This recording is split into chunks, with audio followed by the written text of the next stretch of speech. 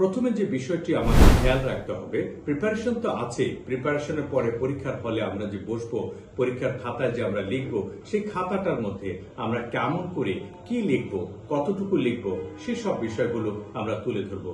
আমাদেরকে সবসময় হিসাব রাখতে হবে, আমার সময় এবং নাম্বার কত আছে সেটা আমাকে আগে হিসাব রাখতে হবে। I have to be calculative enough. Calculative হতে হলে যেমন 10 নম্বরের প্রশ্নের জন্য আমি কত সময় পাবো, 5 নম্বরের প্রশ্নের জন্য কত সময় পাবো, আমার টোটাল সময় কতটুকু, এটার একটা হিসাব রাখতে হবে। সেই অনুপাতে আমাকে লিখতে হবে। ধরে নেই এটা আমাদের খাতা, রাইট? এই খাতায় যদিও এখানে রোল টানা, লাইন টানা আছে, কিন্তু নর্মাল খাতাগুলোতে লাইন টানা থাকে না। আমার এই পাশটায় খাতার একটা খালি জায়গা সোজা দাগ দিয়ে রাখতে হবে, দাগ ছাড়া সোজাভাবে রাখতে হবে। তারপর উপরে একটা নির্দিষ্ট পরিমাণ খালি জায়গা রাখতে হবে। কিন্তু যে জিনিসটা সবাই ভুল করে সেটা হচ্ছে যে ডান দিকে খালি জায়গা রাখে না। আমরা একটা কাজ করব, আমরা এটাকে না ফোল্ড করে অথবা না দাগ দিয়ে চোখের মাপ দিয়ে যদি আমরা একদম সোজা করে একটা মানে লাইন পর্যন্ত লিখে তারপরে আমরা পরের লাইনে লিখবো, এইভাবে করে করতে পারি, তাহলে আমার খাতাটা সুন্দর হবে। ফাইনালি যেটা হবে, নিচেও একইভাবে আমরা খালি জায়গা রাখবো। তাহলে আমার খাতার খালি জায়গা হচ্ছে বাম পাশে থাকছে, উপরে থাকছে, ডান পাশে থাকছে এবং নিচেও থাকছে। চারপাশে যদি খালি জায়গা থাকে, একটা নির্দিষ্ট মাপের পরে আমি আর লিখি না, তাহলে লেখাটা সুন্দর হবে। সুন্দরের পূজারী আসলে সবাই। তুমি যদি সুন্দর করে লিখতে পারো, তোমার টিচার তোমার এই খাতাটা দেখে হাফ নাম্বারও যদি বেশি দেয়, পরেরটা তুমি হাফ নাম্বার বেশি পাও, তাহলে তুমি দেখবে সামহাউ একটা সাবজেক্টে তুমি 2 থেকে 5 নাম্বার বেশি পেয়ে যাচ্ছ।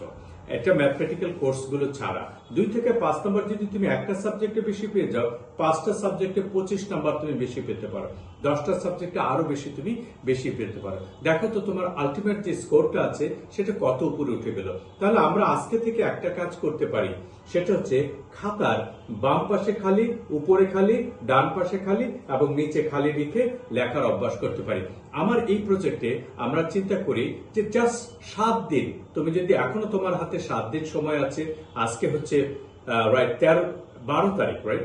আজকে 12 তারিখ, আজকে থেকে তুমি চাইলে 7 দিন সময় ব্যয় করে তুমি তোমার এই আমূল পরিবর্তনটা করে ফেলতে পারো। এখন তুমি বলবে, স্যার একটা পাশে ডান পাশে আমি মার্জিনটা রাখবো কেমন করে?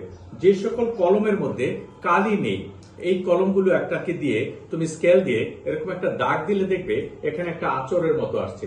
তোমার চোখের মাপে ওই পর্যন্ত লেখা গিয়ে তুমি তারপর লেখা থামিয়ে দিবে। এটা নিচেও করতে পারো, ডান পাশেও করতে পারো, এটা করতে পারো। অথবা কোনো স্কেল পাওয়া যায়, খাতার উপরে বসিয়ে চারপাশে দাগ দেয়া যায়। এই দাগটা দিতে হবে কালি ছাড়া কলম দিয়ে, যাতে করে শুধু একটু আঁচড় পড়ে।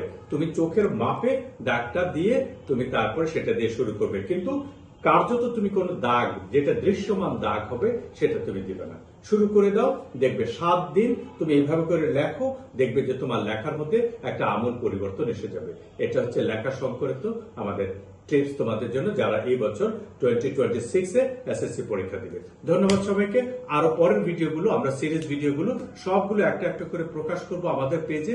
তুমি যদি পেজে ফলো না দিয়ে থাকো, এখনই ফলো দিয়ে রাখো। দেখবে আমরা যখনই আপলোড করবো, তুমি প্রথমে ওটা পেয়ে যাবে। ধন্যবাদ।